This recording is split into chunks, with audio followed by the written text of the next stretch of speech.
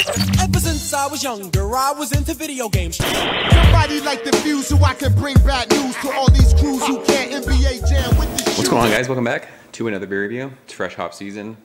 We have been reviewing some fresh hop beers lately. We reviewed Dew from Magnify, we reviewed Lagunitas Born yesterday, and now we're going to review a very special wet hop beer. Fresh hop beer, whatever you want to call it. This is the 2017 vintage of Sierra Nevada Celebration. This beer was originally brewed in 1981, which is freaking awesome to think about. I was an infant when this beer was first created, and I don't think they've really changed the recipe. They may have changed hops since it's a fresh hop beer, and they'll probably use whatever's available, but this isn't your typical IPA. 6.8% alcohol by volume. They do this, I mean, it says it's a fresh hop IPA. They do it as like a winter kind of a seasonal. It's usually available, I think, October-ish until the end of the year. So this is one of those beers that new school people who kind of are just getting into craft beer probably won't like, but it's something that we all need to probably drink and respect, because without beers like this, we're not drinking the hazy beers that we're drinking today. So yeah, this is one of those beers that I buy every year, I think, and I drink it and I enjoy it. It's very old school, but I think it has its place in the beer world. So let's get into this one. I think this is sea hopped, I'm not sure. But as you will see with this color, this is that dark kind of amber color. It's a malt heavy beer, but it's classic and it's awesome. Nathan and I actually just did a podcast on this beer this week. It should be up soon. If you want to listen to it, soundcloud.com/shelfwords. This is a shelf beer. It's a beer that is available to everyone. So the beer is beautiful in the glass. It's that dark kind of amber color. A solid finger, just super fluffy, like off-white head. Looks like a red IPA.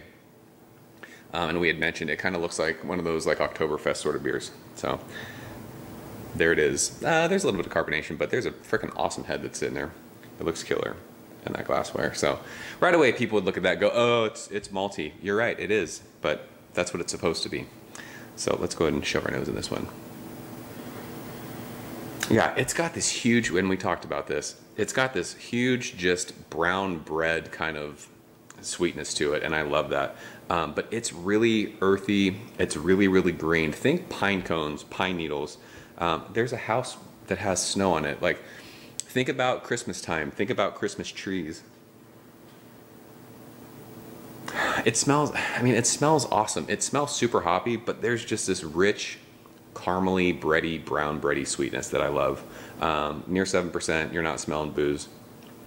It just smells, it smells like something you would sit out on the front porch in the cold and drink. This is one of those beers that like you'd have when it's cold out. Maybe your kids are out having a snowball fight, building snowmen. If it snows where you live, it doesn't snow here. It's one of those beers you'd sit on the beach with in San Diego. But this just reminds me of drinking beer for like the first time. It's that old school, just hoppy like sweetness. It's fucking awesome. So let's go ahead and taste it. Cheers.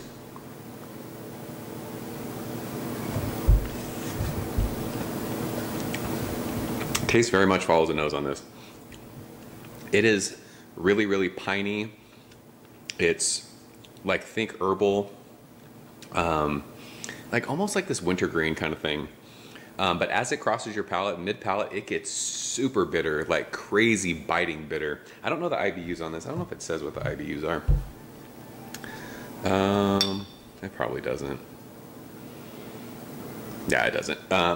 It's crazy bitter though, on the middle of your tongue to the finish, and it stays there.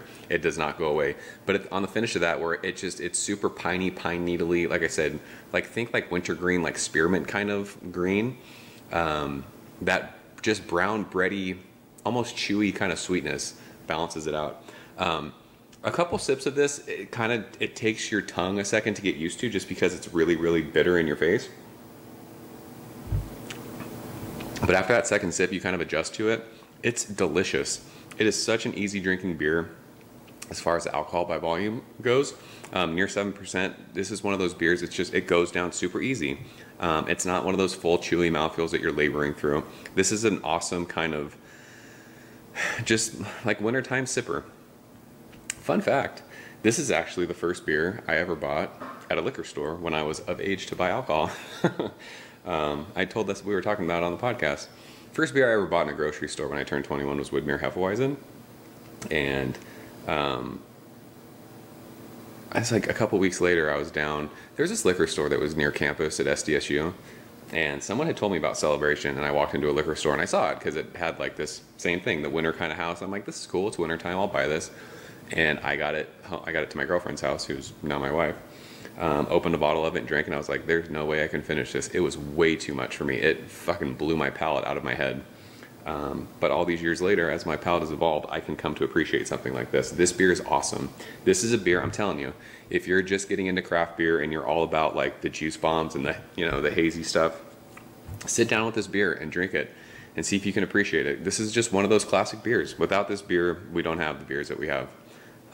So even if you hate it, this is what IPAs were. This is what everything was, Shit, I bought this beer for the first time almost 15 years ago. Like, this is what we were drinking. I mean, I personally wasn't drinking it, but this is what everyone was drinking. Like, this is just one of those beers you need to appreciate what, I don't know. I don't want to get on like some soapbox and talk about it. This is an A beer for me. This holds a special place in my heart. It's like a 91. I will buy this every year. I will enjoy it. I had a couple of them the other night talking to Nathan. They went down super, super easy, and that's how it went. So I do. I love this beer. And I know a lot of people disagree, and they'll say, fuck that beer, it's malts, whatever. That's fine. But it's one of those classics that I think everyone needs to try. And really just sit down and appreciate. So that's the 2017 vintage of Sierra Nevada Celebration. If you guys have had it, leave a comment below. Let me know what you think. If you haven't had it, go buy it. I encourage you to do so, and then let me know what you think about it. Even if you hate it, tell me about it. It's fine. At least you tried it. So I'm out of here, guys. As always, thank you so much for watching. I'll see you very soon. Cheers. Ever since I was younger, I was into video games. Somebody like the Fuse so I can bring bad news to all these